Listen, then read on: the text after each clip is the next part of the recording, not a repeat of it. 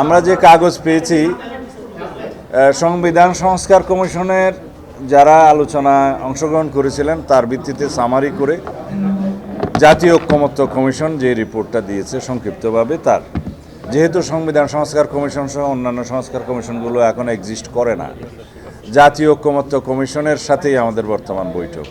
এই ৭০ অনুচ্ছেদে ওনারা যে কাগজটা দিয়েছিলেন তাতে তাদের বক্তব্য ছিল যে আস্থা ভোট, অর্থ বিল এবং সংবিধান সংশোধন সংক্রান্ত বিল এই তিনটা বাদে বাকি সমস্ত বিষয়ে জাতীয় সংসদে সংসদ সদস্যরা স্বাধীন থাকবেন মতামত ব্যক্ত করার ক্ষেত্রে, ভোট দেওয়ার ক্ষেত্রে। এই ঈদে জামা জুতো অ্যাক্সেসরিজের ডিসকাউন্ট। কিন্তু আমাদের দলীয় অবস্থান থেকে আমরা এই তিনটা ছাড়াও আরও একটা বিষয় আমরা উল্লেখ করেছিলাম, সেটা হচ্ছে জাতীয় নিরাপত্তা সংশ্লিষ্ট যে কোনো বিষয়। কারণ রাষ্ট্রে যদি কোনো কারণে দুর্ভাগ্যক্রমে যুদ্ধ অবস্থা থাকে, অন্য রাষ্ট্রের সাথে যুদ্ধ হয়, তখন জাতীয় সংসদে অবশ্যই সেই বিষয়টি ঐকমত্যের ভিত্তিতে কোনো সিদ্ধান্ত নিতে হয়। এমনকি পৃথিবীর একটা ওয়াইড প্র্যাকটিস হচ্ছে এই সমস্ত ক্ষেত্রে যুদ্ধ পরিস্থিতির সময় শুধু সরকারি দল নয়, সমস্ত দলের, বিরোধী দলের সমস্ত প্রতিনিধি নেতৃবৃন্দদেরকে নিয়ে সরকারি উদ্যোগে সবার সাথে আলোচনা করেই সেই বিষয়ে সিদ্ধান্ত নিতে হয়।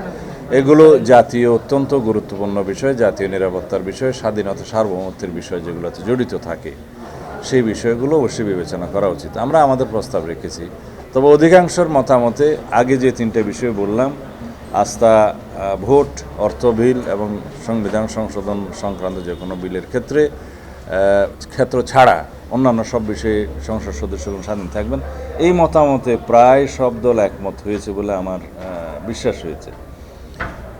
কেউ কেউ অবশ্য সংবিধান সংশোধনের বিলটা বাদ দিতে চান, সেটা বেশিরভাগ, সেটা কয়েকটা দলের। তো এই তিনটা বিষয়ে যদি ঐকমত্য হয়, আমরা আমাদের দলের পক্ষ থেকে এই বিষয়টায় হয়তো নোট অফ ডিসেন্ট দিয়ে জাতীয় নিরাপত্তার প্রশ্নটা আলাদাভাবে উপস্থাপন করব, আমাদের নির্বাচনী ম্যানিফেস্টোতে থাকবে। যেহেতু জাতীয় ঐকমত্য প্রতিষ্ঠিত হলে এই তিনটা বিষয়ে যেগুলো উল্লেখ করলাম সেখানে অবশ্যই আমরা সই করব, তবে আমাদের অবস্থানটা থাকবে যে জাতীয় নিরাপত্তা সংশ্লিষ্ট যে কোনো বিষয়ে যদি আমাদের দায়িত্ব আসে তখন সেটাও আমরা বিবেচনা করতে চাই। এটা হচ্ছে ৭০ অনুচ্ছেদ। দিয়েছে অর্থ বিল, আস্থা ভোট এবং সংবিধান সংশোধন সংক্রান্ত এই তিনটা বিষয় উল্লেখ করা আছে। এটা এখনো আলোচনায় আসেনি। যদি আপনারা জিজ্ঞেস করেন তাহলে আমি যদি ইন অ্যাডভান্স বলি, আমাদের দলের পক্ষ থেকে আমরা যেটা বলেছি যে আমরা স্থানীয় সরকার নির্বাচনটা কোনোভাবেই অন্তর্বর্তীকালীন সরকারের অধীনে হোক সেটা আমরা চাই না, এবং সেটাতে জাতীয় ঐকমত্য হয়নি কখনো।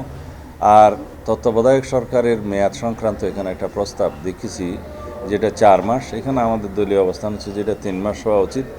এবং অবশ্যই ৪ মাস মেয়াদের মধ্যে কি জাতীয় সংসদ নির্বাচন ছাড়া স্থানীয় সরকার নির্বাচন হওয়া সম্ভব?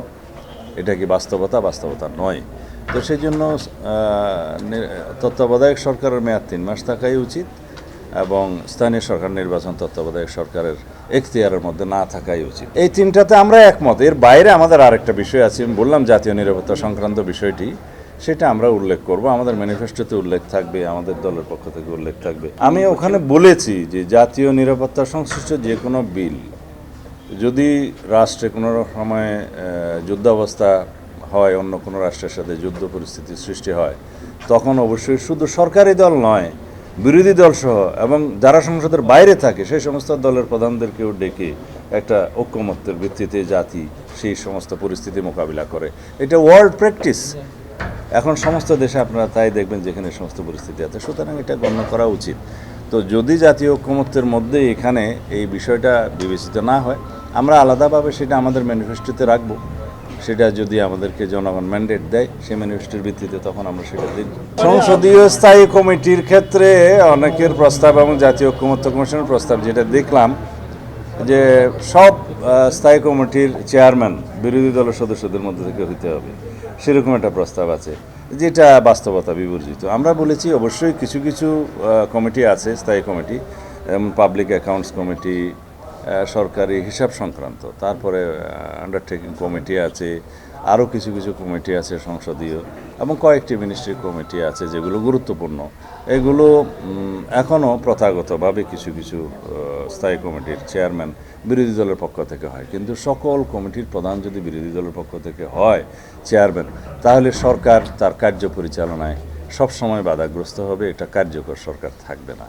সেটা আমরা বলবো আমাদের প্রস্তাবে আছে। তবে অবশ্যই কিছু কিছু স্থায়ী কমিটির সভাপতি বিরোধী দলীয় সদস্যদের মধ্য থেকে হবে, সেই প্রস্তাব আমাদেরও আছে।